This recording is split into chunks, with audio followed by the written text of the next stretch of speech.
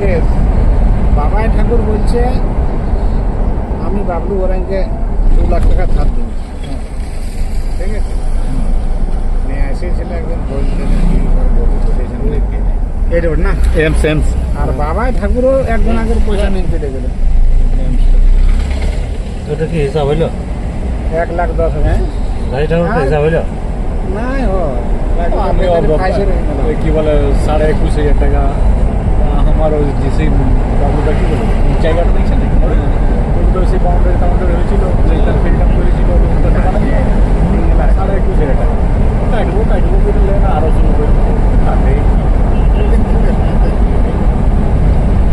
আমরা কিন্তু 60 ব্যাগ কিনার পয়সা ছিল আমি নিয়ে দেবো। হ্যালো,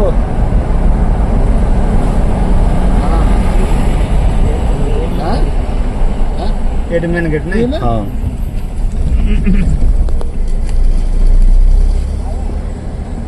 কি হলো দেখা